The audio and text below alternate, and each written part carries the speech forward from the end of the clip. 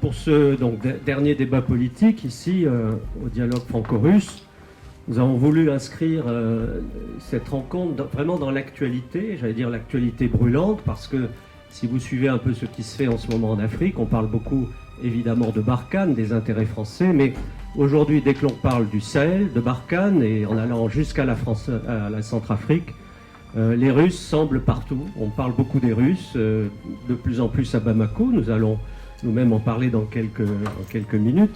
Et donc, il nous a semblé intéressant d'essayer de comprendre eh bien, ce que font les Russes en Afrique par rapport aux intérêts français. Depuis quand y sont-ils? Avec quelle politique éventuellement? Quels moyens? Dans quels objectifs? On les retrouve aujourd'hui non seulement au Sahel, mais dans une vingtaine de pays. Enfin, vous allez, Ilya Tikhonov nous le préciser. Une vingtaine de pays qui, certains sont des habitués de la coopération avec la Russie et d'autres pas du tout, sont des recrues récentes de la sphère d'influence russe. Nous allons y venir. Et donc c'est un sujet qui n'a pas été vraiment traité à la fois dans les médias, sauf sur le plan de l'actualité immédiate, avec notamment une figure dont on parle beaucoup, le groupe Wagner, nous allons en reparler. Mais sur le fond, j'ai regardé cela en préparant ce débat, assez peu de choses ont été dites sur cette présence russe, à la fois dans l'histoire, mais surtout l'histoire récente depuis les années 2000, et ce que cherche notamment Vladimir Poutine en étant aussi présent en Afrique. Alors, vous allez voir que c'est un phénomène qui semble nouveau pour certains, en réalité qui ne l'est pas. Il y a une vieille histoire de la présence russe en Afrique, mais dans la zone d'influence française, notamment en Afrique de l'Ouest, dans l'Afrique francophone, c'est quand même assez récent et ça semble devenir conflictuel, puisque cette présence du groupe Wagner a suscité des réactions assez courroucées de Paris. Il y a eu des explications avec les différents dirigeants africains qui font appel aux Russes, mais les choses se sont à nouveau calmées, semble-t-il, et nos débatteurs nous expliqueront peut-être où nous en sommes dans cette relation difficile, contrastée, conflictuelle parfois, avec les Russes en Afrique.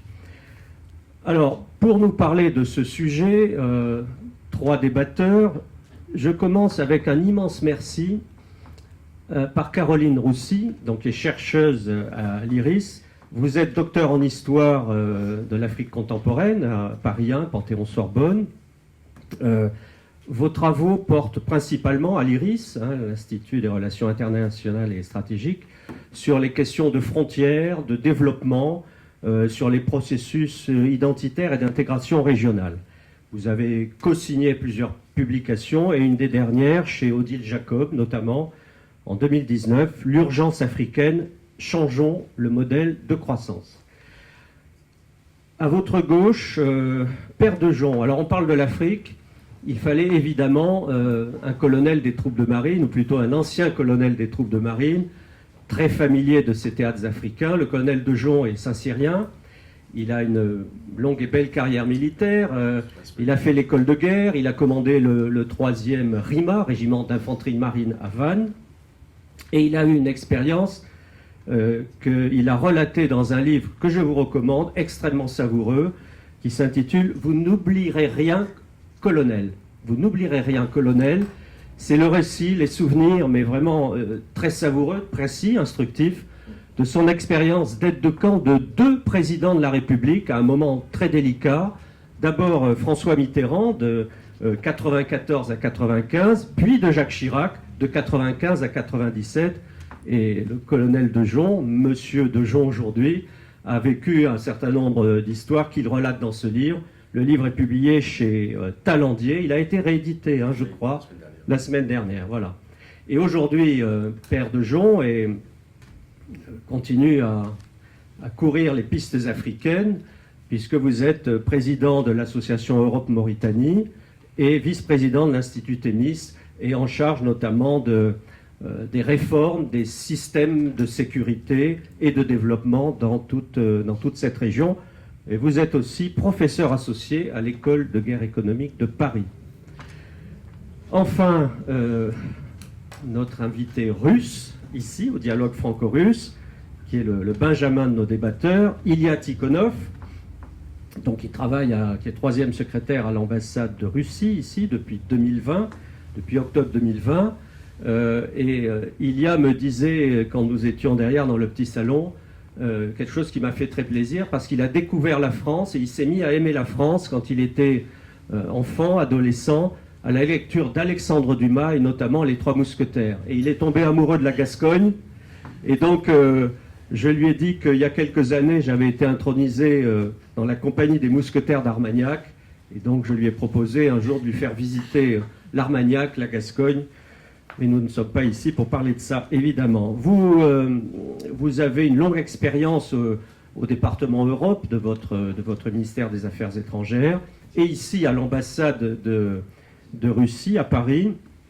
Vous êtes en charge notamment de l'Afrique, et de l'Afrique, pas seulement de l'Afrique subsaharienne, mais aussi de l'Afrique du Nord, où la Russie a un partenaire majeur, c'est l'Algérie. Vous nous en parlerez. Alors, nous nous sommes mis d'accord sur une introduction, vous allez pouvoir faire les uns et les autres. Alors, je vous ai donné 3 minutes, 4 minutes maxi, mais 3 minutes, ce serait mieux pour la vivacité des débats. Chacun, je vous propose de donner un peu un propos introductif, nous introduire dans cette Afrique peut-être compliquée, dans ces relations franco-russes en Afrique difficiles et pas toujours très claires. Et donc, je vous propose, Ilia, de commencer avec ce micro, et ensuite je le passerai aux autres débatteurs. Merci beaucoup, et vraiment je voudrais commencer par remercier le dialogue franco-russe et notamment Irina d'avoir organisé cette réunion. Et en fait, je vais me présenter aussi. Je suis Ilia Tikhonov, 3e secrétaire à l'ambassade de Russie. Je suis chargé d'Afrique, y compris l'Afrique du Nord, notamment.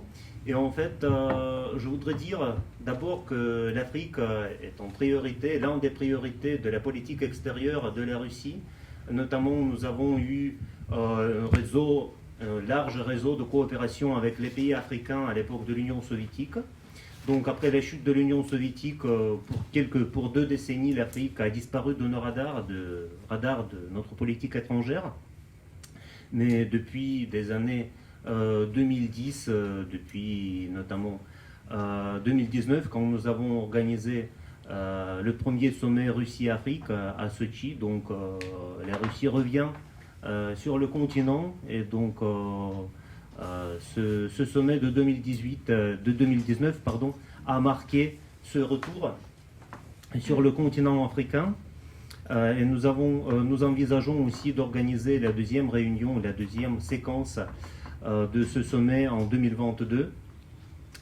Mais en fait, nous allons bien sûr parler avec vous sur la stratégie russe en Afrique, mais notre ambition en Afrique consiste à développer de bonnes relations avec tous les acteurs, non seulement les États, non seulement les autorités publiques, mais aussi avec la société civile. Et notre ambition aussi consiste à développer de bonnes relations qui seront mutuellement bénéfiques et qui auront pour la base de telles notions comme le respect des intérêts, le respect de l'autrui, aussi la responsabilité, et aussi le principe de non-ingérence dans les affaires intérieures. Donc, parce que la Russie ne cherche pas à imposer notre modèle aux pays africains, à n'importe quel pays, en fait, dans le monde. Donc, nous sommes persuadés que les problèmes africains n'ont d'autre solution que des solutions africaines. Et en fait, aussi, ce qui peut être considéré comme un atout de la présence russe en Afrique, c'est que nous n'avons pas une histoire coloniale avec l'Afrique, et notamment donc nos relations contemporaines ne sont pas alourdies par des questions mémorielles, par des difficultés historiques. Donc c'est vraiment un atout pour la Russie, et la Russie est plutôt perçue comme un acteur neutre sur ce continent, bien que nous avons une longue histoire des relations avec les pays africains à l'époque soviétique, sous l'Union soviétique. Donc on va bien sûr revenir dans les détails sur des sujets concrets, sur des pays concrets, mais ce sera, autant que je comprenne, un peu plus tard. Voilà, merci. Alors, Caroline. Alors, merci au Cercle franco-russe pour cette invitation. Merci. Dialogue franco-russe. Dialogue, Excusez-moi. Merci Frédéric également pour cette invitation. Vous m'excuserez si ce soir je manque un peu de dynamisme parce qu'effectivement la tournée s'est révélée quelque peu dense et fatigante comme vous pouvez l'imaginer. Alors concernant ma présentation, je voudrais juste rectifier 2-3 choses. Je ne suis pas co-signataire de l'urgence africaine, qui est un ouvrage signé par Kako Nubukpo, mais co-signataire de 2 chapitres uniquement. Donc voilà, c'était juste par honnêteté intellectuelle. Et je suis partie donc faire ce Sahel Tour en ma qualité de directrice de l'Observatoire Sahel de la DGRIS. Voilà. DGRIS, vous pouvez traduire pour... La direction des relations internationales et stratégiques du ministère des Armées françaises. Voilà. Donc effectivement, alors je ne vais pas rebondir tout de suite sur ce que M. Tikhonov vient d'avancer. Moi, je vais plutôt me concentrer sur la situation au Mali. Évidemment, moi, je ne vois pas véritablement de stratégie russe. Je vois plutôt une tactique erratique se dessiner. Alors peut-être pourrons-nous en débattre. Effectivement, la France n'a pas le même passif colonial que les Russes, mais à savoir si c'est un acteur neutre, là aussi, bien évidemment, il y a un certain nombre de points dont nous pourrons évidemment débattre, au regard, par exemple, d'un certain nombre de sociétés militaires privées, SMP, dont le groupe Wagner. Voilà. Alors évidemment, il y a des points sur lesquels finalement nous rejoignons, Français et Russes, puisque finalement nous sommes tous acquis à la sahélisation des voies de solution et donc à ce que les solutions africaines soient privilégiées. Voilà un petit peu pour ces... Je sais pas si... C'est bien. Voilà. Merci Carlos. Super. Alors, je vais rebondir sur tout, comme ça sera réglé. Parlons de l'Afrique directement. C'est que l'Afrique, c'est un moment formidable. Parce qu'en fait, l'Afrique est en train de bouger. Et le problème principal, l'Afrique est au cœur globalement de ce grand jeu géopolitique. Et quelle est la problématique? La problématique, c'est l'accès aux ressources. Dans un cadre qui est totalement multipolarisé, entre guillemets, ce qui implique par la force des choses des actions d'influence extrêmement dynamiques avec des partenaires. Avec quels partenaires? Les anciens partenaires comme les Français et les nouveaux partenaires comme les Américains, les Allemands, les Turcs, les Chinois et évidemment les Russes. Donc les Russes ne font partie que d'un ensemble de pays intéressés et en fait voulant avoir accès à un continent qui est évidemment un scandale géologique, c'est le terme qu'on utilisait pour la République démocratique du Congo en son temps. Premier point. Le deuxième point, c'est que la Russie, ça c'est mon avis, mais ça peut se partager avec vous sans aucun problème, et avec vous tous bien évidemment, mais elle n'a pas une grande histoire globalement sur l'Afrique. Et la Russie se caractérisait, c'est comme ça que je la vois en tout cas, se caractérisait ou se caractérise toujours par 2 orientations majeures en Afrique bien évidemment. La première, c'était ces ventes d'armes, qui permettait en fait d'avoir une espèce de stratégie globale sur l'ensemble de l'Afrique. Je dirais, il n'y a pas un seul pays qui échappait au système russe, c'est-à-dire de l'armement russe de qualité, pas trop cher, etc., etc. Donc globalement, ils avaient un marché qui était un marché, je dirais, captif, et depuis de très nombreuses années, donc c'était leur propre marché. Et autour de ce marché de l'armement, ils ont bien évidemment créé un marché de suppliers, un marché de MCO, donc de maintien en condition opérationnelle, etc., etc. Donc c'est un marché, je dirais, fondé sur une expertise militaro-technique, entre guillemets. Le deuxième marché, c'est un marché de vente de blé, vente de céréales, vente d'achat de matières premières, achat de gaz, donc pas de gaz, mais surtout de pétrole, d'ailleurs, au passage. Donc globalement, si vous voulez, il y avait un marché extrêmement technique. Et le grand changement par rapport à ce continent qui est en train d'évoluer, c'est que la Russie, elle amène un nouveau savoir-faire, et c'est les seuls qui l'ont fait, c'est qu'ils amènent de l'influence par la sécurité. Personne n'y avait pensé. Le système français, il était fondé sur un système binaire. Globalement, d'un côté, vous avez des opérations militaires, un système lourd, Barkhane, etc., puis un système mou, léger, diplomatique. Donc en fait, le système français oscille globalement entre les deux. Et patatras, on trouve d'un seul coup les Russes qui procèdent à une espèce de stratégie que j'appelle, moi, l'occupation opportuniste des vides. Donc il y a un vide qui se crée, ce sont des joueurs d'échecs, évidemment, et d'un coup on retrouve les Russes au milieu de tout ça. Et c'est ça la problématique. On est au bord de la crise de nerfs parce qu'on n'a pas l'outil qui peut répondre à cette problématique. Je vais juste arrêter là, comme ça ouvre juste le débat. Je pense que je l'ai bien... Merci Père. Alors quand même, on va replanter le décor de la présence russe en Afrique. Alors il y a toute la période de la guerre froide où les Russes sont très présents dans un certain nombre de pays. Alors l'Égypte et l'Algérie, mais aussi la Guinée, l'Angola et d'autres pays.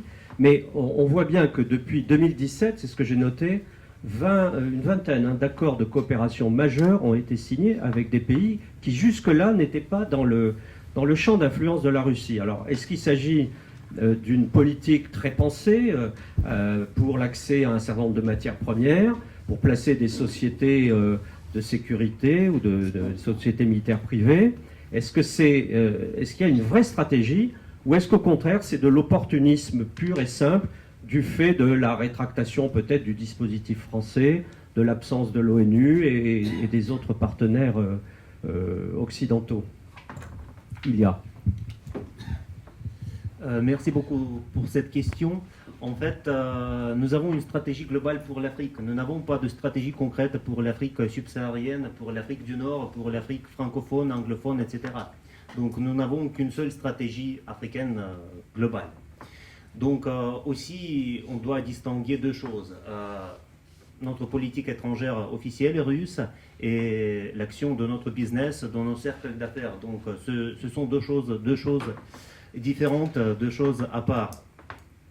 Donc pour les accords de coopération dont vous avez parlé, donc c'est vrai que depuis 2014 en fait on développe des liens, ou plutôt on renforce les liens parce que ces liens ont déjà existé sous l'époque de l'Union soviétique. Certains de ces liens ont existé pendant les années 1990, pendant les années 2000. Donc, mais en fait, le sens de notre politique, c'est que nous sommes ouverts à la coopération avec tout le monde. Donc, nous ne partageons pas l'Afrique, nous ne divisons pas l'Afrique entre les pays qui sont ouverts pour la coopération avec la Russie et d'autres pays. Donc, nous sommes ouverts à la coopération avec tout le monde. Et nous sommes ouverts à conclure les accords de coopération militaire, de coopération technique, de la vente d'armes avec tous les partenaires qui en ont besoin. Et en fait, si les États africains s'intéressent à nos savoir-faire militaires notamment, à nos armements, alors pourquoi on doit renoncer à cet intérêt? Et bien sûr, on est d'accord de coopérer, donc sur le fond, sur la quantité et la qualité de cette coopération. Bien sûr, elle est différente avec de différents pays, mais quand même, on est ouvert à tous les partenariats dans les régions. Mais en fait, ce que je voudrais aussi souligner, c'est que notre coopération avec l'Afrique ne se limite pas seulement au domaine militaire. Il ne s'agit pas seulement de la vente d'armes, de la formation des officiers, parce que notamment on va revenir aussi sur les questions maliennes et la moitié des dirigeants actuels ont été formés en Russie. Mais aussi il y a une forte présence culturelle, scientifique, économique. Sous l'Union soviétique, on a contribué beaucoup à la construction de l'infrastructure en Afrique, notamment les centrales énergétiques, des centres énergétiques de l'infrastructure comme des hôpitaux, des écoles, etc. Dans quel pays précisément? Par exemple en Algérie, au Congo aussi. Et ce sont les mêmes pistes qu'on envisage de développer actuellement. Donc peut-être le domaine militaire est beaucoup plus médiatisé actuellement, surtout en France, que d'autres domaines de notre coopération avec l'Afrique. Mais vraiment, cela ne limite pas au domaine militaire. Et par exemple, chaque année, nous accueillons plus de 10 000 étudiants africains. Donc, c'est pas beaucoup, notamment en comparaison avec la France, par exemple. Mais quand même, pour nous, c'est un nombre assez important. Et on envisage d'augmenter, de hausser ce niveau. Donc, simplement, par cet exemple, je voudrais dire que notre coopération avec l'Afrique ne se limite pas seulement au domaine militaire. Il y a d'autres champs. Il y a la culture, il y a l'éducation, la science, l'infrastructure. Donc, en ce qui concerne les sociétés militaires privées, Non, après les sociétés militaires privées, mais là, si j'ai bien compris, vous distinguez le business de la politique. Le Tout à business, on comprend bien l'intérêt pour tout ce que vous avez dit, ou même la culture, mais y a-t-il un objectif politique à ce renouveau de la présence russe en Afrique? Y a-t-il un but à atteindre pour la Russie? non, il n'y a pas de but concret. On envisage simplement de renouer nos relations qui ont subi un certain échec dans les années 2000, dans les années 1990 et dans les années 2000. Donc, on a envie de restaurer notre présence en Afrique, notre coopération en Afrique, mais on n'a pas de but concret. Si ce n'est le business. Alors, pour le business, on a l'intérêt de promouvoir nos intérêts économiques là-bas. Mais alors, c'est le business qui a, par exemple, l'intérêt d'avoir l'accès aux centrales d'électricité dans un tel ou tel pays, dans un secteur minier dans tel ou tel pays.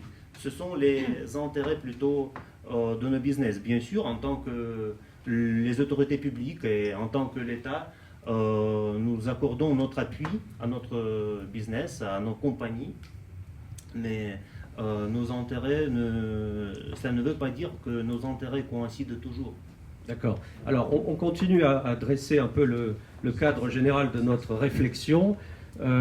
Après, on va resserrer sur le Sahel, sur le Mali plus précisément, et la Centrafrique, mais déjà, de votre point de vue, Caroline Roussy, Père de Jon, comment évaluez-vous cette stratégie de la Russie en Afrique, sur le plan de la politique, du business et peut-être du développement? Alors, moi déjà, je tiens à rajouter par rapport à ce qui vient d'être énoncé, qu'il y a aussi un domaine de coopération, si on peut dire, qui n'a pas été abordé, qui est celui de la communication, voire de la désinformation de temps à autre. Hein. Voilà. Concernant cette... On en parlera à propos du Mali et de la Centrafrique. Je rebondis par rapport à ce qui vient d'être dit. Oui, concernant la question que vous me posiez, la stratégie, effectivement, on voit bien qu'elle est, elle est de pays à pays. C'est pour ça que moi, je ne vois pas de stratégie globale russe, hein, de mon point de vue. Et on voit bien ce qui s'est passé au Mozambique, dans différents pays, où un certain nombre de revers ont été essuyés. Donc c'est pour l'instant ce qu'on est dans une phase d'observation, et c'est vrai qu'on n'a peut-être pas suffisamment de recul. Il ne faut pas ni sous-estimer ni surestimer le rôle de la Russie, surtout puisque aujourd'hui le centre du débat concerne les interactions avec la France, mais pour l'instant on voit plutôt des tactiques pays par pays se dessiner avec bien évidemment ses intérêts en termes de gains de marché, et cette ruée vers l'Afrique qui est en train de s'organiser de la part de plusieurs puissances, et bien évidemment, bien naturellement, la Russie, tout comme d'autres, est en train de se positionner. Je rejoins Caroline évidemment à 100%. En fait, le problème, on ne peut pas séparer la stratégie russe d'une stratégie mondiale et globale. Le problème, c'est que c'est les accès à des marchés, à les ressources minières, etc., etc. Donc, c'est l'accès au marché. Et le problème, c'est que l'Afrique, elle devient dangereuse, ce qu'elle n'était pas il y a encore 30 ans. Il y a 20 ou 30 ans, on pouvait traverser Nouakchott en Somalie en 4x4 avec sa famille. C'était possible. Aujourd'hui, c'est devenu strictement impensable. Donc, si vous voulez, l'ensemble des sociétés mondiales, européennes, évidemment, russes, chinoises, etc., rentrent sur ces marchés, mais ce sont des marchés qui sont devenus extrêmement dangereux. Donc, bien évidemment, ils ont accompagné leur système économique, leur système d'entreprise, avec un système de protection. Donc, bilan de l'opération Les Turcs avec Sadat, c'est une grande... Alors, il y a un vocable très rapidement, une petite définition, parce que pour le coup, c'est un peu mon métier. Les SMP, c'est les sociétés militaires privées, on va considérer que c'est armé. Le deuxième métier, c'est les ESSD, donc les entreprises de services de sécurité et de défense. Donc globalement, une entreprise, si vous voulez, va faire appel à une structure pour la protéger, sachant qu'une entreprise, elle est protégée par le pays, parce que c'est les lois, je pense en France, un exemple, depuis les affaires d'Arlit au Niger, les prises d'otages, il y a une responsabilité des entreprises, donc les entreprises sont obligées d'assurer la sécurité de leurs employés. Très souvent, autour de ce dispositif, vous avez un dispositif qui est plus lourd par les armées locales, par exemple dans les mines, dans tout ce qui est extraction de choses relativement loin, donc il y a un deuxième dispositif. Ce que je veux dire, c'est que les Russes n'ont pas une stratégie particulière d'entrer avec des sociétés militaires privées ou des ESSD au sein de l'Afrique. Simplement, ils accompagnent leurs entreprises. Et tout le monde le fait. Moi, je vois au Soudan ou en Angola, les Chinois sont extrêmement présents, les Turcs sont très présents avec leurs unités, mais même les Américains ont un système de protection de leurs environnements. Même l'Union européenne, il y a des appels d'offres réguliers pour protéger les enclaves, les programmes, les projets, etc. Donc les Russes ne se dissocient pas. Les Russes ne se dissocient que dans un seul moment, c'est le moment où en fait Wagner joue un rôle particulier. Et donc ils jouent un rôle où ils rentrent dans le dispositif, et donc leur activité se rapproche du mercenariat. Et c'est ça la question de Wagner. Tout le reste, il y a des dizaines de sociétés russes que je connais, je sais pas, Moran, etc., que je rencontre régulièrement, mais qui ont une activité comme celle que je peux avoir, enfin que les Français peuvent avoir, ou les Chinois, etc. Donc on voit bien qu'il n'y a qu'une seule société qui a une activité très particulière qui s'approche du mercenariat. Je ne vais pas en dire plus parce que c'est le sujet, mais c'est que le mercenariat est interdit avec deux lois, globalement, depuis 1977 avec les accords de Genève. Donc les mercenaires sont interdits, donc ils ne sont pas assimilés à des soldats, à des combattants. Donc ils rentrent dans le cadre, je dirais, d'une justice, je dirais, normale, entre guillemets. Et puis en France, il y a une loi de 2003 qui interdit le mercenariat. Donc le mercenariat est interdit. Mais Wagner n'est pas reconnu en tant que société mercenaire par l'État russe, qui a les mêmes lois que nous, et donc il interdit le mercenariat. Donc voilà un petit peu la problématique. Ce qui se passe, c'est que les Russes ont une activité de protection, et ils ont une société au milieu de tout ça qui se promène, qui a une activité particulière. Et c'est elle, et uniquement elle, qui pose problème dans l'ensemble africain, bien évidemment, et pas les autres, et pas la Russie pour le coup. Et quelle est la différence entre une SMP, sur la société militaire privée, et une société de mercenaires? Alors, les SMP, on peut être anglais, américain, etc. C'est le fait d'avoir le droit de détenir des armes et donc de protéger un dispositif avec des armes. Donc ça, c'est les SMP qui ont une caractéristique, je dirais, le fait qu'ils aient des armes. Donc ça, c'est très anglo-saxon. Globalement, les sociétés russes n'ont pas le droit de porter d'armes. Simplement, il y en a une, je crois, qui a le droit, c'est Moran, je crois, qui a le droit de porter des armes, parce qu'ils ont une activité de formation au profit de militaires africains.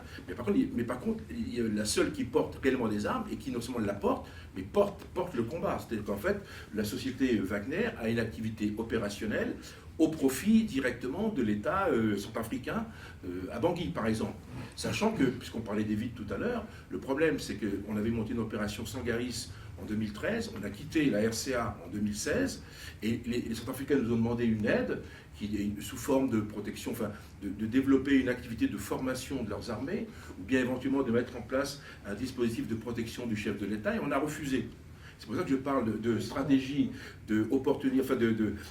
pour combler de façon opportuniste des vides, c'est qu'il y avait un vide qu'on a créé. Donc enfin, on a nous-mêmes, nous Français, on était très bien positionnés à RCA, on a nous-mêmes créé la problématique de l'arrivée des Russes, qui en fait n'ont fait que répondre à une demande qui émanait de l'État centrafricain. Mais c'est bien pour ça, quand on écoute ce que disent les Centrafricains, les Maliens et d'autres pays qui font appel à la société Wagner, ils font appel à l'expertise militaire, de sécurité de cette société, comme le font d'autres pays avec des sociétés anglo-saxonnes. Alors, ce que les anglo-saxons auraient le droit de faire, les Russes n'auraient pas le droit. C'est une très bonne question, mais en fait, jusqu'à présent... Qui édicte le droit? Les sociétés, oui, ça c'est sûr que oui. Je reconnais qu'il y a deux poids, deux mesures. D'accord. Ceci étant dit, à part l'affaire en Irak en 2000, je crois que c'était en 2000, je crois que c'est 2007, l'affaire avec Blackwater, qui a été punie par la justice, je veux dire qu'il y a un cadre légal, si vous voulez, d'emploi des armes.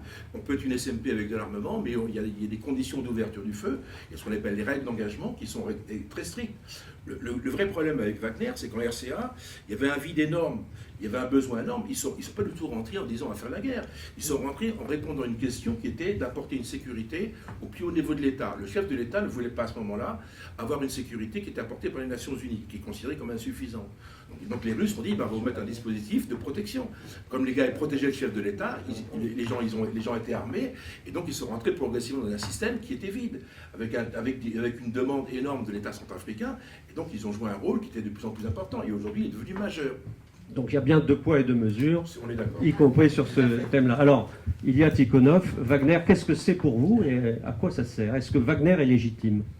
Alors en fait, je voudrais répondre à plusieurs points que vous avez évoqués. Donc le premier point, c'est que la notion de mercenariat existe en Russie et c'est une chose qui est interdite d'après notre législation. Donc c'est aussi un crime en Russie. Donc pour les sociétés militaires privées, pour les sociétés de sécurité, nous avons en Russie une loi qui régit le statut et les pouvoirs, et les obligations, les engagements de ces types de sociétés qui en fait régit ce type de l'action commerciale. Donc il y a vraiment une loi avec les règles strictes, ce qu'on peut faire, ce qu'on ne peut pas faire. Et d'après notre loi, il est aussi possible qu'une société privée, une société de sécurité privée puisse avoir des armes. Donc on peut porter des armes. Donc, et les sociétés militaires, ce qu'on appelle les sociétés militaires privées, en Russie, ils sont régis par cette loi et ils sont établis et ils fonctionnent en vertu de cette loi. Donc, vous avez très bien évoqué que nous ne sommes pas les premiers qui sont entrés à ce marché des sociétés militaires privées, des sociétés de sécurité au marché international. Donc, par exemple, dans les années 2000, notamment en Irak, les sociétés russes, les sociétés comme Lukoil, les sociétés énergétiques qui ont eu leur propre site en Irak, ont dû s'adresser aux sociétés militaires américaines, britanniques, notamment françaises, aussi pour sécuriser leurs sites de production, leurs sièges sociaux en Irak. Et les sociétés militaires russes n'ont pas apparu que dans les années 2010. Donc nous ne sommes pas les premiers qui sont entrés sur le marché et finalement, vous avez très bien dit, c'est aussi le marché. En tout premier lieu, ces sociétés veulent tirer le profit de leurs actions. Donc c'est une action commerciale. Donc en ce qui concerne les RCA et en ce qui concerne les accusations contre le Wagner, donc officier, on entend beaucoup de choses dans la presse. On entend beaucoup d'accusations dans la presse et même on évoque des faits, mais finalement on va parler aussi sur le désinformation et sur les informations. Qui peut dire si c'est vrai ou c'est faux? Donc si la France, et nous avons plusieurs fois, nous l'avons dit à nos partenaires français lors des consultations, lors des entretiens aux différents niveaux, donc si vous avez des faits concrets, justement, faites-nous savoir. Donc, si vous avez des faits, n'hésitez pas à nous les transmettre. Nous avons une coopération en matière entre la police, entre les comités d'enquête, entre les juges d'instruction. Cette coopération juridique marche assez bien, marche très bien.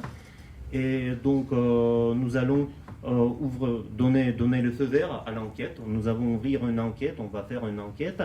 Et si les personnes concernées sont coupables, on va les appeler en justice. Donc il n'y a pas question que ces personnes qui sont vraiment coupables restent sans punition légale. Donc voilà, nous sommes ouverts à cette coopération légale. Donc si par exemple nos partenaires ne veulent pas s'adresser directement à leur homologue russe, on peut le faire soit par la justice centrafricaine par exemple, pour que la justice centrafricaine mène une enquête sur le terrain. Donc il n'y a pas de problème. Donc, et s'il y a vraiment des faits, on va appeler en justice ceux qui sont coupables. Alors merci. Est-ce qu'on peut dire que le groupe Wagner a contribué à stabiliser la Centrafrique, qui après le départ des Français était peut-être en train de tourner, de prendre un très mauvais virage et était en train de sombrer dans une anarchie sanglante? Est-ce qu'on peut dire cela? Et ensuite, Caroline, avez-vous des faits concret, documenté sur ce que l'on reproche à Wagner. Merci. Alors, bon, moi, je ne suis pas du tout spécialiste de la Centrafrique, hein, donc je laisserai plutôt Père répondre à cette question. En termes de stabilisation, c'est assez... tout dépend de ce que vous appelez stabilisation. Il faudrait le définir bien évidemment. Si c'est la stabilisation d'un certain régime pour préserver des parts de marché, effectivement, il semble y avoir une stabilisation. Quant à dire qu'il n'y a pas de rapport documenté concernant les activités du groupe Wagner, il existe des tas de rapports comme ceux d'Amnesty International, par exemple. Donc c'est quand même assez documenté. Après, que l'on fasse confiance à la chaîne pénale centrafricaine, étant entendu que vous en êtes... le groupe Wagner en est à la garde prétorienne, ça devient un petit peu ambitieux quand même. Voilà. Alors, sur la Centrafrique. Quelques mots sur Wagner. Wagner, c'est comme pas des anges. Pour la seule bonne raison, c'est que ça ne part pas d'Afrique. Ça part quand même de l'Ukraine, de la Crimée. Ensuite, ils ont mis une guerre assez sanglante et victorieuse à Palmyre. Ensuite, ça a été en Libye. Donc il y a un parcours qui est opérationnel, qui est extrêmement clair. Donc jusque-là, les Européens et les Français n'avaient pas grand-chose à dire. Ce n'était pas leur zone d'intérêt. Par contre, en RCA, l'irruption de Wagner pose problème, puisque globalement, ce sont les mêmes unités qui ont fait la guerre à Palmyre et ailleurs, et qu'on retrouve en RCA. Ça, c'est le premier point. Le deuxième point, la nature horreur du vide. Donc, bien évidemment, il fallait amener un système de sécurité. C'est-à-dire qu'en fait, la RCA demandait quoi? Elle demandait simplement à avoir un environnement qui lui permette de former ses cadres, de restructurer son armée, de restructurer sa police, et d'avoir effectivement cette espèce de garde prétorienne autour du chef de l'État. Ils ont répondu simplement à la mission. Et moi, je pense que c'était même indispensable. Je vais un peu loin, mais j'aime bien un peu agacer le dispositif, c'est comme ça que ça peut réagir. Mais je pense qu'ils ont fait un travail salutaire. Moi, je suis en contact régulièrement avec le patron de la MINUSCA qui est à Bangui, qui est un Sénégalais, qui est un vieil ami à moi et que j'interroge régulièrement. Ben, il dit oui, mais s'ils n'étaient pas là, on mettrait des gens de la MINUSCA, donc des Nations Unies, en béret bleu, ils n'auraient pas la même efficacité. Après, le problème qu'il y a, c'est que à quel moment ça commence, à quel moment ça s'arrête. On peut avoir une mission, je dirais, proche de l'État, régalienne, au plus proche du chef de l'État, mais au plus proche des opérations. Parce que les Chinois, mais surtout les Américains, eux, ont des unités ou des SMP au plus proche des opérations, encore une fois. C'est pas ça le problème, dès lors que la loi leur donne l'autorisation de le faire. Le problème, c'est qu'à un moment donné, c'est le problème des comportements. Donc c'est vrai que c'est compliqué. Les Russes ne sont pas connus pour être des gens particulièrement tendres. Et c'est sûr que dans les opérations, je dirais, en premier échelon, il y a une certaine violence qui choque, évidemment, des structures comme Amnesty International. Donc il y a une très forte efficacité. Il y a évidemment un contrôle nécessaire, mais par moment, il y a une exagération qu'on n'arrive pas à contrôler. Et pour les Européens, c'est extrêmement difficile à gérer. On n'arrive pas à comprendre. Et nous, Français, on est ébahis par ça, parce que c'était une zone, je dirais, très française. On y a mené des dizaines et des dizaines d'opérations diverses à Boire, à Bangui, etc. On ne pensait pas que le système centrafricain deviendrait autonome, et grâce aux Russes. Et c'est ce qui est arrivé. Il y a une forme d'autonomie, et aujourd'hui, qui est en train de se répartir sur l'ensemble de l'Afrique. C'est que les Africains ont très bien compris qu'il y avait une carte maîtresse à jouer pour, entre guillemets, nous agacer. Et donc les Maliens, c'est ce qu'ils font. On leur annonce qu'on transforme le dispositif de Barkhane. Et ben ils disent pas de problème, on va prendre les Russes. Alors, évidemment, on tombe du 30e étage. On pensait que les Maliens allaient se mettre en quatre pour dire, ben non, restez. Et ben ils disent non, pas du tout. Les Maliens disent, ben écoutez, si vous voulez partir, vous partez.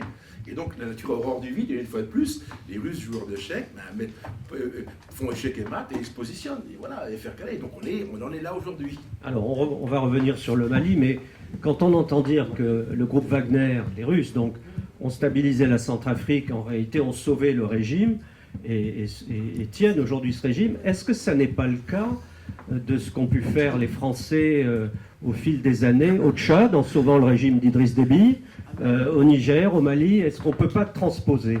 Caroline.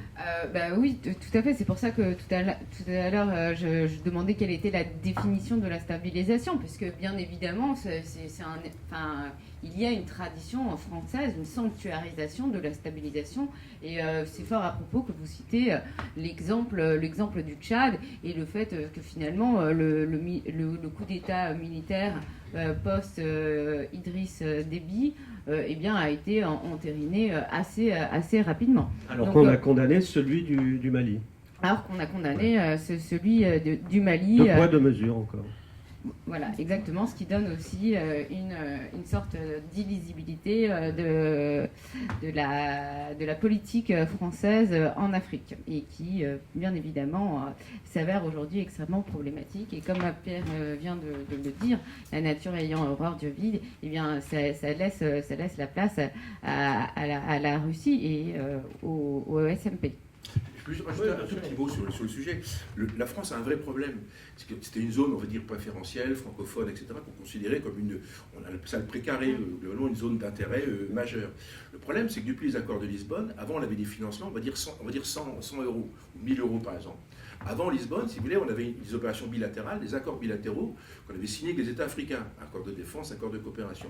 Donc on avait 100, on répartissait les 100 sur l'ensemble des pays qui avaient signé les accords, et chacun du matériel, des choses, des programmes de santé, développement, dans tous les domaines. Et une partie militaire et une partie défense, sécurité. Le problème avec Lisbonne maintenant, une partie de ce financement sur les 100, 80 vont à Bruxelles. Donc le problème, on a perdu notre impact politique, puisqu'avant on arrivait à mettre 50 sur un pays. On ne les a plus, puisqu'ils sont à Bruxelles. Et c'est Bruxelles aujourd'hui qui détermine la politique et qui fait redescendre au prorata, de l'investissement ou de la participation des États, qui fait redescendre ce budget sur les sociétés, sur les opérateurs. Concrètement, je prends GIZ, les Allemands par exemple, qui étaient globalement absents de la politique africaine. Comme ils sont contributeurs à 26% des opérations, du budget de l'Union européenne, ils ont 26% du budget qui redescend. Et donc aujourd'hui, ils sont dans les opérations africaines à 26%. Et donc aujourd'hui, on a des Allemands, on ne sait pas ce qu'ils font là, mais c'est GIZ extrêmement présent dans les affaires de police, etc. Donc le problème, on a perdu cet impact. Et encore une fois, les Russes n'ont pas ce problème-là, puisque eux, c'est direct, ils font du bilatéral. Ils ont signé 19 accords bilatéraux entre 2014 et 2019. Ils sont exactement dans la logique que nous, on avait mis en place dans les années 60 et un peu plus. Donc, accords bilatéraux, puis après on voit ce qu'on fait, on discute et on met en place quelque chose. Et nous, on a perdu cet effet-là, cet impact-là. Donc dans ce domaine-là aussi, l'Europe affaiblit notre dispositif en Afrique, de fait. Financièrement, l'Europe a une image, pour le coup, parce que moi, je suis sur les sujets de l'Union européenne, on fait des puits, on fait des choses, etc. Donc, on fait du développement, sécurité et développement. Mais le bilatéral, c'est le multilatéral qui domine maintenant. Et le bilatéral est en train de disparaître. Et donc, les États qui font du bilatéral, comme les Russes, les Chinois, les Américains ou les Turcs, etc., ils remportent la mise. En partie. On voit bien aussi que les Français sont arrivés au bout de cette relation bilatérale, considérant la montée du ressentiment anti-français. Donc aujourd'hui, on est dans une nouvelle séquence plutôt multilatérale avec la mise en avant de l'Europe, voire de l'Europe dans son sens large, et la création de Takuba, sur laquelle je pense que nous reviendrons. Oui. Alors, on va terminer sur la Centrafrique avec une question pour Ilia Tikhonov. Est-ce que vous considérez aujourd'hui, après ces revers de la France et ce retrait français, que finalement, la Centrafrique est tombée dans une zone d'influence russe en Afrique, après d'autres pays comme la Tanzanie ou la Zambie, par exemple? Non, pas du tout. Je vais poser quelques simples questions. Donc, quelle langue parle le gouvernement centrafricain, les dirigeants centrafricains? C'est le français. Où sont situées leurs propriétés? C'est en France, c'est pas en Russie. Quelle citoyenneté ont ces dirigeants? Pas tout le monde, bien sûr, mais certains d'entre eux. C'est pas les citoyennetés russes, bien sûr. Donc, j'ai du mal à imaginer comment on peut dire que le Centrafrique est tombé dans le sphère d'influence russe et que nous sommes les maîtres de jeu en Centrafrique. Et si vous me permettez, je vais aussi commenter un peu sur les propos sur la stabilisation. Donc, si on évalue la situation actuelle en RCA, on peut dire que c'est plus stable qu'il y a 6 mois. Donc, que la situation en hiver 2020-2021, mais sur le plan général, bien sûr que le pays n'est pas stabilisé. Donc, et ensuite, je voudrais aussi poser une question à tout le monde peut-être. Donc en 2020 et en hiver 2020-2021, quand il y a eu l'offensive des rebelles, des groupes armés contre le Bangui, est-ce que le MINUSCA, est-ce que les partenaires européens ont porté un appui significatif en RCA? C'était plutôt les pays régionaux comme le Rwanda et aussi nos instructeurs, les instructeurs du ministère de la Défense et aussi nos armes qui ont été fournies à l'armée centrafricaine, qui ont permis de stopper, d'arrêter cette offensive, mais la situation dans le pays reste loin d'être stable sur le plan général et on reste beaucoup à faire pour stabiliser la situation. Et on ne peut pas le faire d'une manière militaire. On a besoin des efforts des Centrafricains eux-mêmes, parce que sans volonté des Centrafricains et sans leur propre effort, on ne peut rien faire. Ni la Russie, ni la France, ni d'autres forces étrangères ne peuvent stabiliser le pays de l'extérieur. Donc cela va aussi bien pour le Centrafrique et pour le Mali aussi. Alors, vous avez posé une question sur cette offensive rebelle en Centrafrique. Père Dejean, qui a un contact privilégié au sein de la MINUSCA, vous pouvez peut-être répondre. Est-ce qu'effectivement, sans les Russes, les rebelles auraient pris Bangui? Oui, honnêtement, je pense vraiment. Et les régionaux, les Rwandais. Oui. Honnêtement, je pense que le rôle de la Russie était déterminant, puisqu'en fait, il n'y avait personne. Et la MINUSCA, ce n'est pas dans sa mission, ce n'est pas dans son rôle de s'interposer et de faire la guerre. Donc il fallait bien un acteur, et l'armée centrafricaine, à ce moment-là, était nulle. Par contre, le problème qui se pose, c'est le mode de rémunération de Wagner, qui aujourd'hui est une société russe, mais ils sont payés avec des parts dans les mines. Donc le problème, c'est une activité qui ne coûte rien à l'État russe. C'est une activité d'influence à l'État pur, puisqu'ils sont payés avec un système de... ils ont des participations dans les mines, etc. Ce que font toutes les SMP, c'est le grand modèle sud-africain. C'est Executive Outcome, c'est un vieux système qui permet en fait à l'État russe d'être acteur, avec une société qui n'est pas de mercenaires, je dirais, de mercenaires pour faire cool. Le mot mercenaire, je ne l'aime pas trop, parce que dès lors qu'il y a un État qui est derrière, on ne peut pas considérer Wagner comme un système mercenaire, puisque c'est l'État russe qui, globalement, tient les ficelles. Mais n'empêche que si ça marche pas... Attends, on va... Ouais. Alors, c'est l'État russe qui tire les ficelles, dites-vous. Caroline dit non, et après il y a... Est-ce que l'État russe est derrière? Alors, vous voulez répondre? Oui, l'État russe va jamais dire oui. Alors, C'est attendez. une société privée, évidemment. Quels sont les rapports entre l'État russe et le groupe Wagner? Donc c'est une société russe qui n'a rien à voir avec l'État russe, qui est une compagnie privée en fait. C'est une société militaire, société de sécurité privée.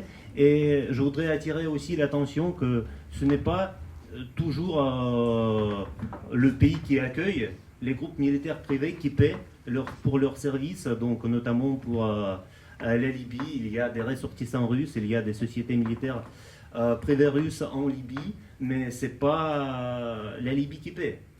Ce ne sont pas les Libyens. On sait très bien que d'autres partenaires donnent de l'argent Par exemple, pour leurs services. Des pays du Golfe? Alors, c'est pas moi qui l'ai dit. Mais c'est pas la Russie et c'est pas les Libyens. Donc pas de lien direct entre l'État russe et le groupe Wagner. Pas de lien. Et de lien indirect. De lien indirect que ces sociétés sont régies par les lois russes. D'accord. Et qu'ils ont leurs sièges sociaux en Russie. Est-ce que cela peut être considéré comme un lien? Non. Allez. Revenons maintenant sur le Mali, Barkhane, le Sahel. Est-ce qu'on peut considérer que le scénario centrafricain, avec cette présence russe solide aujourd'hui en Centrafrique, peut se répéter au Mali, à Bamako, avec le fait de, dit-on, alors Caroline, vous en revenez, vous allez nous le préciser peut-être, que le fait que les Russes soient de plus en plus présents et que dans des manifestations anti-françaises, on a pu, pour certains, voir la main de Moscou derrière certains slogans. Et quand je dis la main, c'est peut-être des roubles ou des dollars ou des francs CFA qui ont été distribués à des gens. Ça se dit, notamment dans les milieux journalistiques, mais qui ne disent pas que des vérités, c'est certain. Allez-y. Alors, merci pour cette question. Évidemment, les Russes sont présents, comme vous l'avez dit, ne serait-ce que pour de la coopération militaro-technique. Un certain nombre d'armements, d'équipements, d'entretien sont fournis par les Russes, mais c'est la même chose aussi au Niger et dans d'autres pays. Donc, nécessairement, les Russes sont présents. Là où effectivement il y a une inquiétude, c'est depuis cette négociation, cette fameuse négociation entre Choguel Maïga et le groupe Wagner, qui bien évidemment a entraîné une escalade de la violence et une condamnation de la part d'un certain nombre de pays européens, la France, l'Allemagne, l'Union européenne, les États-Unis et un certain nombre de pays de la CEDEAO. Donc c'est vraiment là où on voit que c'est la question Wagner qui cristallise l'ensemble des tensions. Concernant les manifestations pro-russes, c'est vrai que Anti-française. Enfin, pro-russe ou anti-française. Parce que Ah non, il n'y a pas eu de manifestation pro-russe à Bamako. Ils appellent à l'intervention russe quand même. Donc il y a des manifestations qui appellent clairement à une intervention russe. Et là, on peut se poser la question. Oui, bien sûr, oui.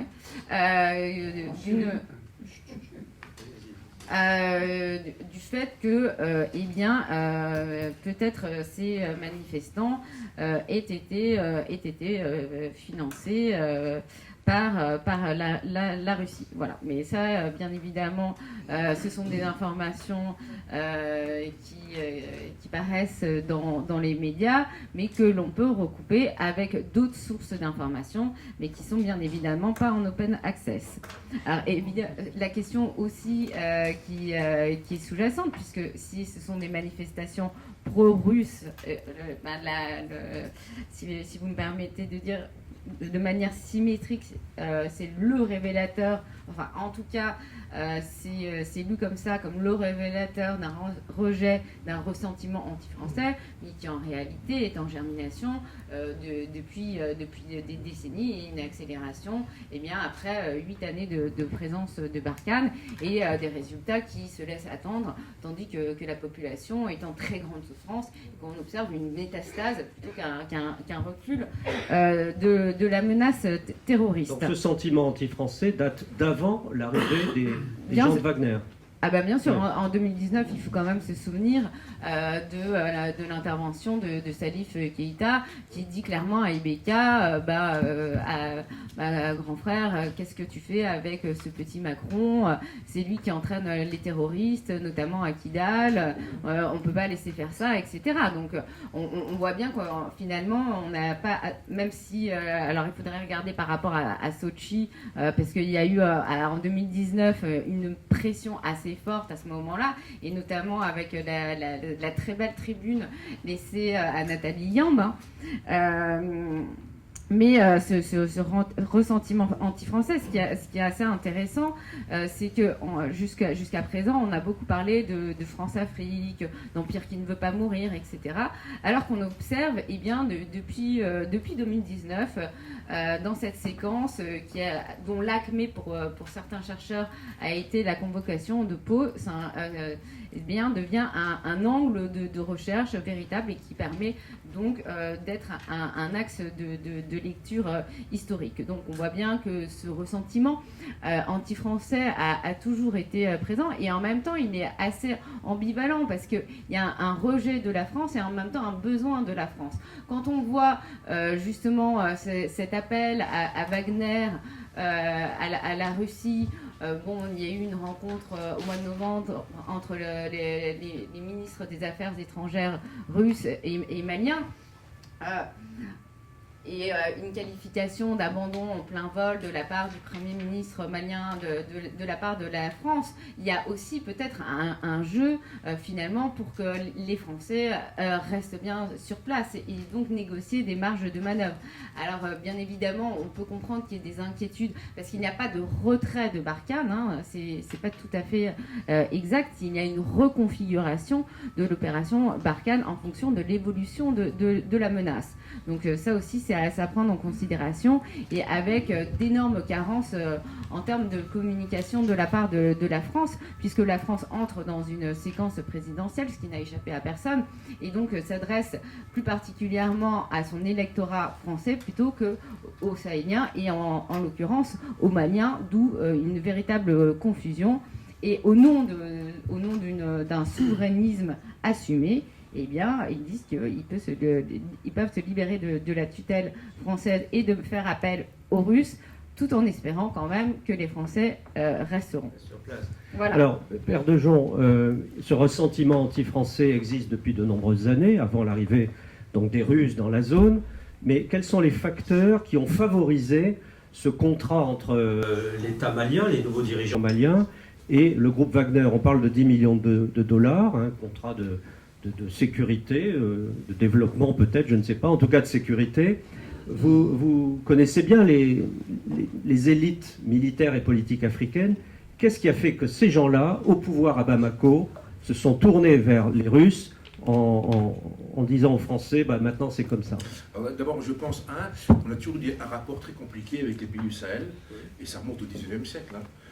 On n'a jamais contrôlé le nord Mali, on n'a jamais contrôlé le nord Niger, on n'a jamais contrôlé la Mauritanie, on n'a jamais contrôlé le nord du Tchad. Simplement, c'était des zones désertiques, donc on n'a jamais contrôlé. Donc il y a toujours eu un problème. Deuxième chose, il y a une référence à l'histoire, c'est que le royaume du Mali, pour faire court, qui allait comme globalement jusqu'à l'Atlantique, jusqu'en Guinée-Conakry, donc il y a un sentiment nationaliste relativement fort au Mali, qui n'existe pas globalement dans d'autres pays africains. Il y en a un ou deux autres, mais globalement, au Mali, il y a un caractère nationaliste qui est extrêmement fort. La troisième chose, c'est que je pense, nous, alors là, je vais mettre un petit peu une pierre dans notre jardin, je pense qu'on est trop relax, les Français sont trop relax, trop facile en fait avec l'Afrique, et je pense qu'il faut savoir ménager les États africains. Il y a une manière de procéder sur les États, enfin c'est un système qui est les vieux, il faut respecter, etc. Et je pense que parfois le fait de faire la guerre avec notre système, rappelez-vous mon introduction, avec une partie lourde avec l'engagement militaire, une partie légère, une partie molle avec la diplomatie, et c'est vrai que l'usage quasiment immodéré de la force militaire fait qu'on prend nos aises. Moi je trouve que globalement l'État français, ou de façon générale, on les leste, on est trop rapide, et en fait on les pousse à des comment dire, dans les réunions, on les convoque de façon un peu rapide, et je pense qu'il y a un agacement très fort qui s'est manifesté, d'autant que il y a eu un coup d'État, ils ont voulu faire partir Ibeka, bon à la limite c'est encore une fois le choix des gens qui ont fait le coup d'État. Le problème, c'est qu'il était fondé sur une réalité, et le fait qu'on s'interpose et qu'on soit aussi vif. Alors, il y a des moments où on devrait être, je pense, plutôt en réserve, et là, on n'est pas en réserve, on se met en premier échelon, et on commence à... Vous voyez, on impose, on envoie la CEDEAO, on envoie Ouattara qui était à son 3e mandat, donc lui, son petit coup d'État, il l'a fait constitutionnel, il l'a fait. Donc globalement, le système, il est pas clair. Et donc n'étant pas clair, étant clair par rapport à notre discours, mais étant peu clair par rapport au cadre politique, ma bilan, ça pose tension. Deuxième point, on a affaire à des gens au Mali qui sont des gens que j'ai eu l'occasion de pratiquer, ce sont des gens jeunes, très bien formés. Alors c'est vrai, une partie non négligeable a été formée à Moscou, mais une autre partie a été formée en France, aux États-Unis ou ailleurs. Donc vous avez une catégorie d'officiers maliens, de grade de colonel ou généraux, ils sont bons les gars. Ils sont bien câblés. Le chef de l'État actuel, Goïta, c'est un homme qui connaît bien ces sujets. Alors il est un peu mystérieux, donc il joue là-dessus, et je vous terminer par ça. C'est que globalement, en fait, c'est un jeu dans lequel je pense qu'on s'énerve trop. En fait, il y a un contrat de 10 millions, personne ne l'a jamais vu. Wagner, on dit Wagner, on ne sait pas si c'est Wagner. Il y a des dizaines de sociétés militaires privées russes qui pourraient très bien remplacer Wagner. Moi, je serais russe, j'enverrais une société qui s'appellerait Schtroumpf, et puis celle qui signerait un contrat de 45 millions, on ne verrait rien. Donc on se focalise sur Wagner, en fait, on n'en sait rien du tout. Et c'est là qu'il y a une force phénoménale chez les Russes, c'est qu'il y a une politique de désinformation, et là je vais donner du grain à moudre à ma voisine, c'est son sujet, mais c'est vrai, globalement, en fait, on n'en sait rien. Et on tourne en boucle, etc. Hier, Mme Parly, à Dakar, a eu des prises de position extrêmement raides sur le fait que Wagner... Mais en fait, on n'en sait rien. Et moi, ce que je pense, c'est qu'il y a un jeu très subtil africain qui fait monter les enchères. Les Russes viendront, parce qu'il y a de l'armement, ils vendent des armes, des hélicoptères, etc. Mais c'est pas du tout que Wagner vienne. Je n'en sais rien. À l'heure où je vous parle, je vous promets que Wagner, c'est dans la presse française que je le vois. Alors après, le Premier ministre est intervenu, malien est intervenu sur le sujet, mais je pense qu'il y a une désinformation extrêmement forte sur le sujet. Je pense que ça leur fait plaisir de nous agacer un petit peu. Alors Caroline, un mot peut-être pour... Oui, alors juste un petit mot. Je pense qu'il y a une surexposition de la question Wagner, mais elle n'est pas à éluder, étant donné la réaction des différentes capitales européennes. Et je pense que les dites capitales sont assez bien renseignées. Mais pourquoi Wagner, c'est pas Wagner en fait? De toute façon, quoi qu'il en soit, c'est un sujet qui s'est imposé dans toutes les capitales. Je pense qu'il y a des canaux de renseignement justement qui sont là pour ça. Après, on ne connaît pas le cadre des négociations, parce que 10 millions, les 10 millions d'euros que vous avanciez, ce serait 10 millions d'euros par mois. Donc voilà, en fait, en réalité, on ne sait absolument pas quel est le cadre. J'ai lu ça dans la presse. Alors. Oui, non, mais c'est 10 millions d'euros par mois. Mais oui, tout à fait, par rapport au budget. Caroline, mais voilà, c'est juste pour dire, il y a eu une surmédiatisation de cet épisode, mais c'est quelque chose à ne pas non plus à ne pas ignorer totalement non plus. D'accord. Voilà. Moi, j'ai noté une chose quand même quand on a appris dans la presse et ailleurs que Wagner allait s'installer à Bamako avec ce contrat un peu faramineux. Tout de suite, la France officielle a réagi, et parfois a surréagi en disant « puisque c'est ça, on s'en va ». Ça a été la première réaction officielle. Et puis les jours ont passé et on se rend compte aujourd'hui que rien n'a bougé, que Wagner ou l'équivalent Wagner travaille à Bamako et que les Français restent là et que finalement les menaces, quand on a brandi notre sabre, c'était un sabre en bois, il ne s'est rien passé. Et du coup, je pense qu'on s'est affaibli, nous Français, avec cette menace non suivie des faits et ça conforte peut-être les Maliens dans leur idée qu'ils peuvent manœuvrer la France, un peu ce que disait Père de Jean. Alors, je vais quand même poser une question très précise à Ilya Tikhonov. D'après vous, vous avez des sources en tant que Russe. Savez-vous s'il y a des Russes à Bamako, s'ils travaillent à la sécurité de l'État malien, et de quelle société s'agit-il? En fait, bien sûr, il y a des Russes à Bamako, notamment à notre ambassade à Bamako. Et aussi, nous avons une coopération militaire et technique avec les Maliens. Donc, il y a l'attaché militaire, il y a les officiers de l'armée russe qui travaillent avec leurs partenaires J'avais maliens. compris que je parlais des sociétés privées. Des sociétés militaires privées. Ou autres. Parce qu'il y a aussi d'autres business, par exemple énergétiques, etc., qui aussi fonctionnent à Bamako. Donc, pour les négociations avec les sociétés militaires privées russes, oui, les contacts, les négociations sont en cours. Mais vous avez, alors peut-être je vous ai mal compris, mais vous avez dit que il y a les représentants de Wagner qui sont présents à Bamako. C'est une question que je vous pose. Non, il n'y a pas de représentants des sociétés militaires privées, et même la ministre Florence Parly l'a évoqué lors de son interview à France 24 et à RFI il y a deux jours, oui, notamment que les Français sont aussi d'accord avec l'absence de la société militaire, des représentants des sociétés militaires privées russes à Bamako actuellement.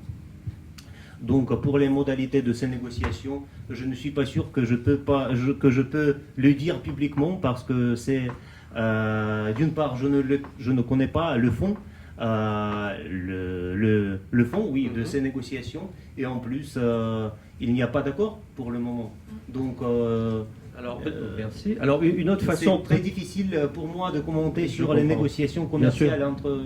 Bien les sûr. sociétés militaires privées, oui. Bien sûr, je comprends. Mais est-ce que, d'une autre façon, le gouvernement russe, la diplomatie russe, voit d'un regard favorable cet investissement, non seulement de sociétés économiques, civiles, mais de sociétés militaires privées en Centrafrique, mais surtout au Mali en ce moment. Est-ce que c'est un regard favorable, hein, avec une présence qui pourrait aider les intérêts de la Russie dans cette partie de l'Afrique? Alors franchement, je crois que c'est une question assez sérieuse, mais c'est une question qui doit être posée au gouvernement malien, parce que la crise dont on parle dans le Sahel ne concerne pas directement la Russie.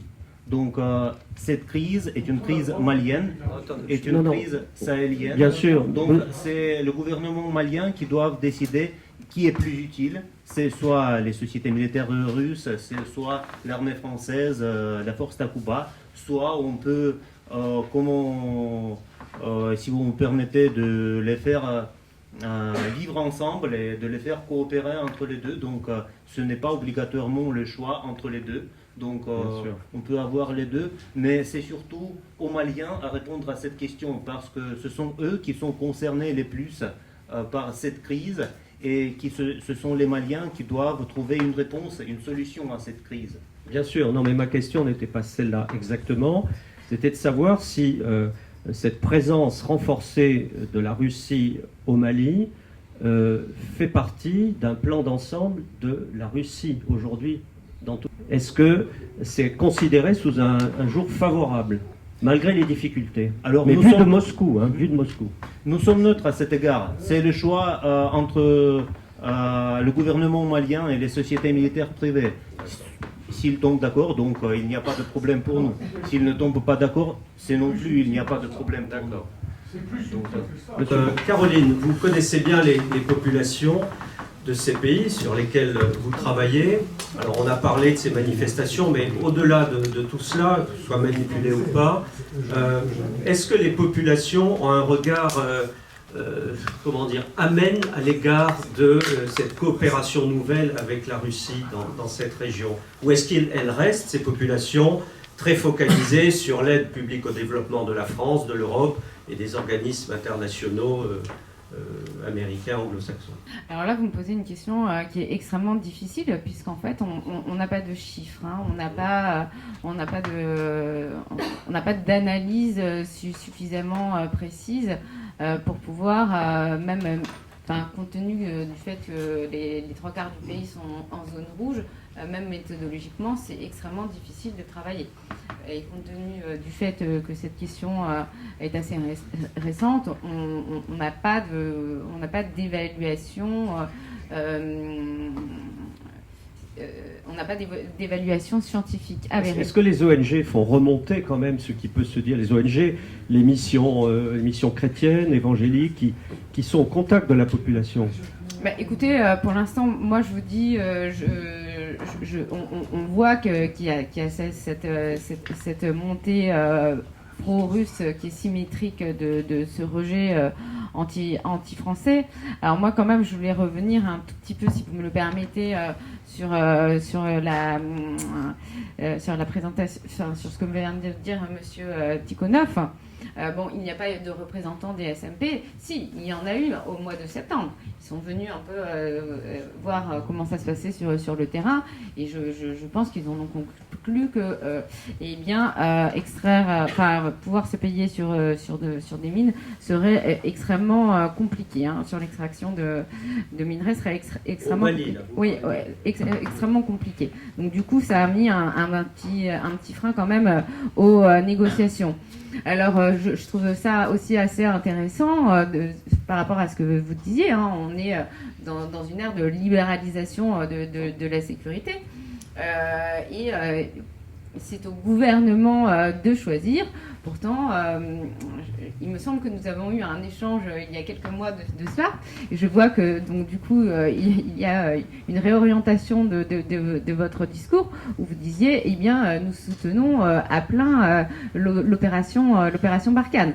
Donc oui, les populations choisissent. Bien évidemment, on est tous dans le respect de leur souveraineté, du choix de leurs partenaires, ce qui est, et de l'élargissement du choix de leurs partenaires. Après, bien évidemment, on est quand même conscient des limites, notamment concernant l'opération Barkhane et l'opération Takuba. puisque ça peut poser des problèmes, puisque vous le savez très bien, enfin c'est un secret de polichinelle pour personne, les Estoniens sont engagés pour avoir une protection contre les Russes en cas d'ingérence. Voilà, donc en géopolitique, on ne regarde pas qu'un seul point, on regarde aussi à une échelle un peu plus macro. Alors, est-ce qu'on peut dire que la Russie soutient l'opération Barkhane et les initiatives européennes? Oui, vous confirmez? Attends, vous pouvez développer un peu? Oui, bien sûr. Oui, en fait, parce que l'opération Barkhane, contre qui l'opération Barkhane est menée? Contre les groupes djihadistes. Et le djihadisme, le terrorisme est notre menace commune. Et je ne vais pas cacher que lors de tous les échanges entre les Russes et les Français sur ce sujet, sur le sujet de Sahel, on pose directement la question à nos partenaires: quelle aide vous voulez que la Russie apporte à vos efforts contre le terrorisme au Sahel? Donc il y a des discussions, comment on peut aider, notamment contribuer au renforcement de G5 Sahel. Donc dans ce cadre, oui, nous soutenons complètement les actions de la France dans sa lutte contre le terrorisme. Et je ne renonce pas, et il n'y a pas de changement de notre position. Nous sommes, je le dis très clairement ici au public, on le dit très clairement aussi dans les consultations bilatérales, même au plus haut niveau. Très bien, il fallait le préciser. Père. Il faut revenir sur l'émission aussi rapidement des SMP, des ESSD. Le problème, c'est qu'en fait, on pense que les Russes veulent systématiquement se battre contre les djihadistes. En même temps, dans les missions des SMP, il y a une variété de missions énormes qui vont de la formation, le soutien matériel, de toute une série de choses. Donc il y a une gamme de missions qu'on ne peut pas reprocher aux Russes de vouloir mettre en place. Et on ne peut pas reprocher aux Maliens non plus de faire appel aux Russes pour les former sur leur matériel, sur les hélicoptères, les avions, etc. Donc le vrai problème, c'est qu'on pense que si une société russe arrive au Mali, qu'elle ait le même comportement qu'elle a actuellement en RCA. Donc on va dupliquer un modèle. Mais on n'en sait strictement rien. Donc le vrai problème, c'est que devant cette incertitude, on s'agace parce qu'en fait, qu'est-ce qu'on voit? On voit qu'il y a une prise de marché. En fait, on s'agace de notre propre faiblesse, notre propre manquement. On se dit, on s'en va, enfin, on souhaite, il y a les élections françaises qui arrivent, donc c'est sûr que l'État français a besoin d'émettre un discours rassurant vis-à-vis de ses électeurs en disant, vous voyez, on n'a pas été au bout du processus et on quitte l'Afghanistan. Enfin, je prends le modèle américain qui est toujours le même modèle. Et aujourd'hui, les Maliens, ils ont une carte à jouer, ils la jouent relativement bien avec les Russes. Et encore une fois, les Russes, on ne peut pas leur reprocher au Mali d'être intrusifs.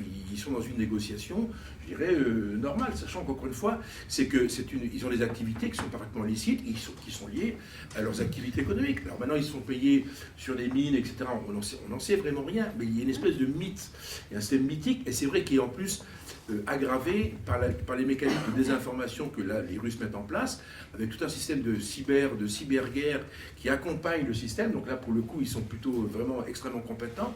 Et donc nous, on a un regard sur ces opérations, qui est un regard qui est complètement perdu, parce qu'en fait, on ne sait pas exactement ce qui est en train de se passer dans cette partie du monde. Caroline? Oui, alors du coup, j'ai perdu un peu le fil, ça y est, je commence à fatiguer. Moi dessus. Il faut le suivre, hein, Père, c'est sûr. Oui.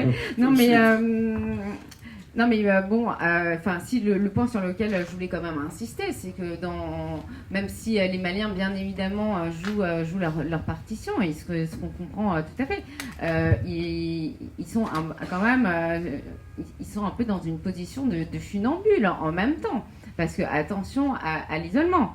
Le Niger, le président Bazoum a pris une position extrêmement forte.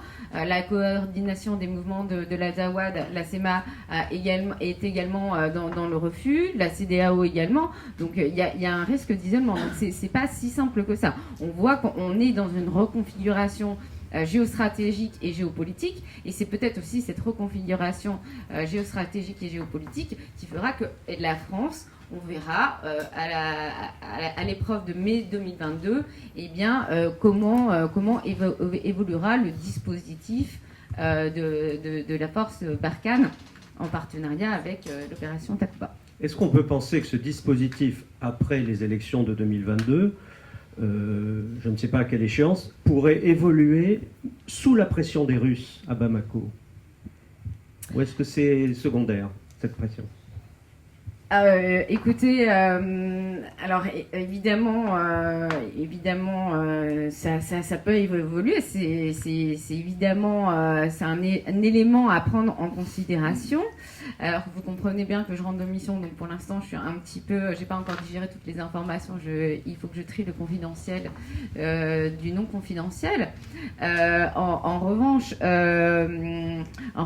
il est avéré que la question principale est de savoir si la France va pouvoir rester.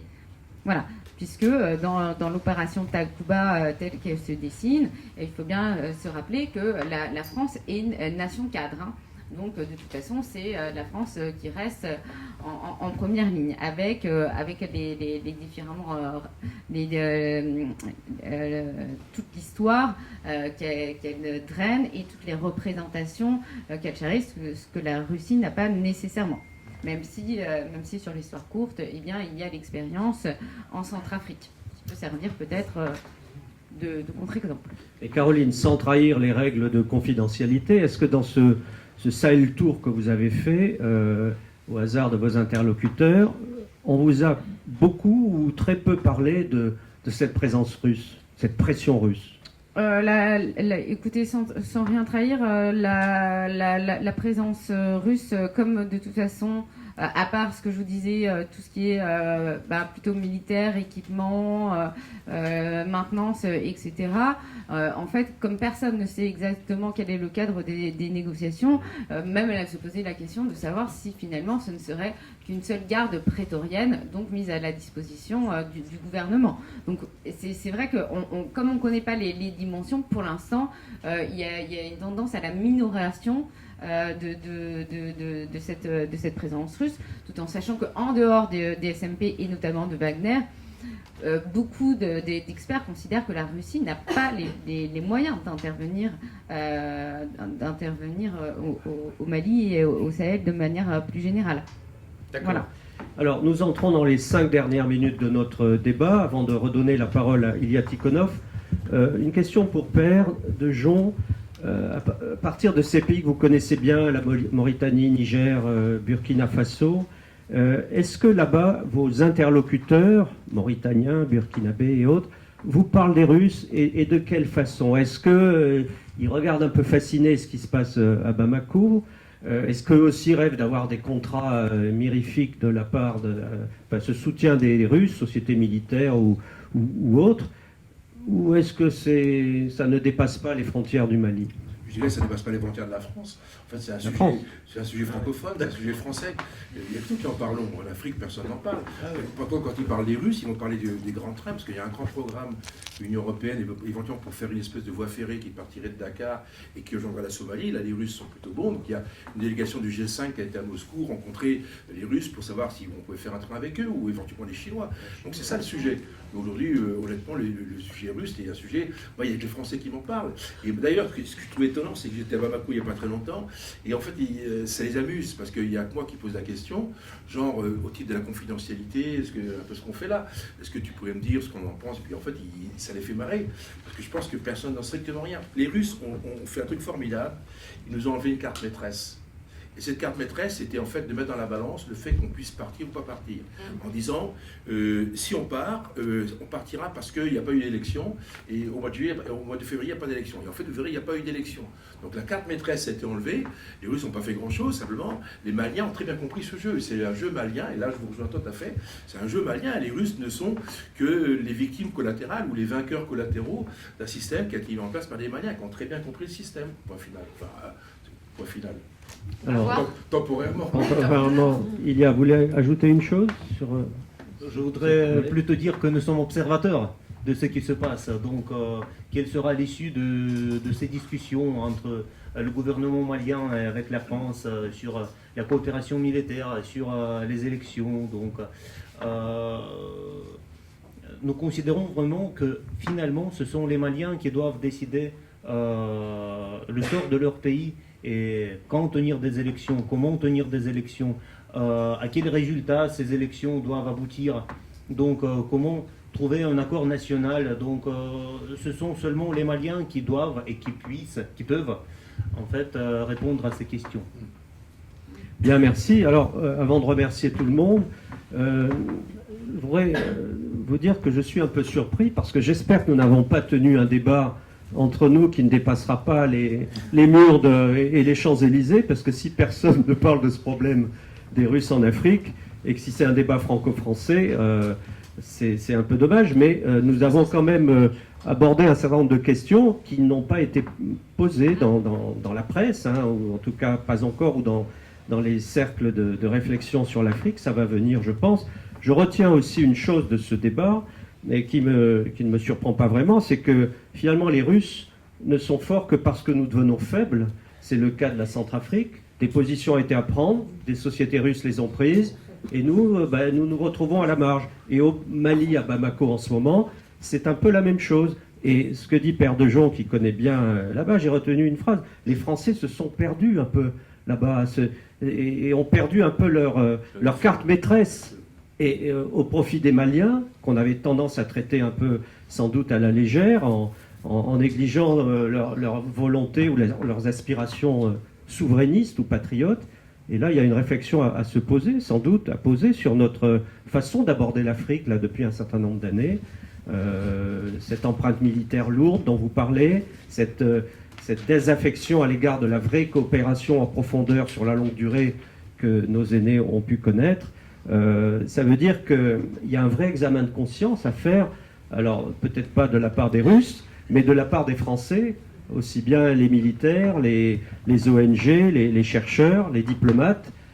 Et cette séquence centrafricaine et malienne, un peu compliquée, montre, alors dans le contexte de campagne électorale là, qui a commencé, des décisions à prendre, montre que la France a perdu un peu de son savoir-faire là-bas, a perdu des marges de manœuvre et se retrouve un peu coincée entre des nouvelles générations africaines qui réfléchissent et qui savent peut-être mieux que leurs aînés comment manipuler les uns et les autres, les Français comme les Russes. Et donc vous dites que c'est aux Maliens notamment à trouver leur voie, évidemment, à choisir leurs partenaires, bien sûr, mais peut-être un dernier mot pour vous, et avant de conclure, de remettre le micro. Ilya Tikhonov, est-ce que vous pensez sincèrement qu'il y a des domaines de coopération entre la France et la Russie en ce moment au Sahel? Vous avez cité la lutte antiterroriste, mais est-ce qu'il y a autre chose possible? Au Sahel ou en Afrique Non, en général? En Afrique, mais on parle beaucoup du Sahel. Parce qu'en fait, ce qui est très médiatisé, c'est une sorte de rivalité présumée entre la France et la Russie, ou une compétition entre la France et la Russie au Sahel, mais en fait, ce n'est pas tout à fait une réalité, parce que au niveau diplomatique, nous avons une coopération qui marche assez bien. Nous avons un dialogue franc, direct. Donc cela ne veut pas dire que nos positions avec la France coïncident sur tous les sujets sur l'échelle africaine, mais aussi à l'échelle sahélienne. Donc, mais c'est normal dans un dialogue entre les deux pays souverains.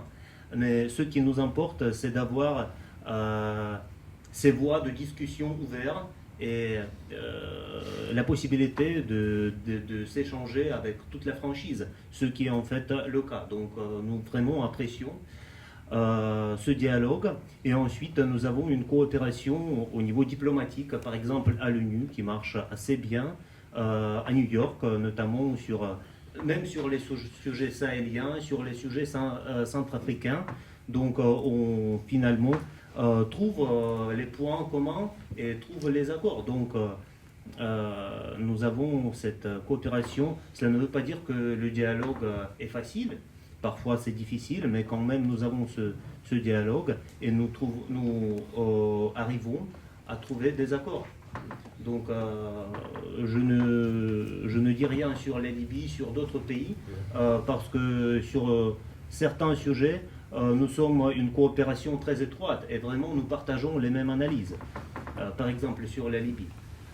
Très bien, merci Ilya Tikhonov. Alors sur la Libye et d'autres sujets, nous aurons d'autres débats. Le débat était franc, précis, très clair, je trouve, avec beaucoup de perspectives intéressantes. C'est la vocation de ces débats au dialogue franco-russe. On peut se dire les choses en toute franchise et en toute civilité. Merci à Caroline qui n'est pas d'accord avec tout, à Ilya qui a contesté, et à Per qui a apporté son expérience, sa connaissance du milieu. Caroline Rossi, chercheuse à l'IRIS, nous attendons maintenant de voir ce que vous allez sortir dans vos travaux à l'IRIS, à partir de ce Sahel Tour que vous avez fait. Père de Jon, peut-être vous êtes sur un autre livre à venir. Sur le sujet. Sur le sujet, parfait. Parution quand? Dans quelques mois, parce qu'en fait, c'est Eric Prince qui a sorti une phrase absolument incroyable. Donc, Eric Prince, qui est le fondateur de Blackwater et d'une boîte chinoise qui s'appelle Frontier Service Group.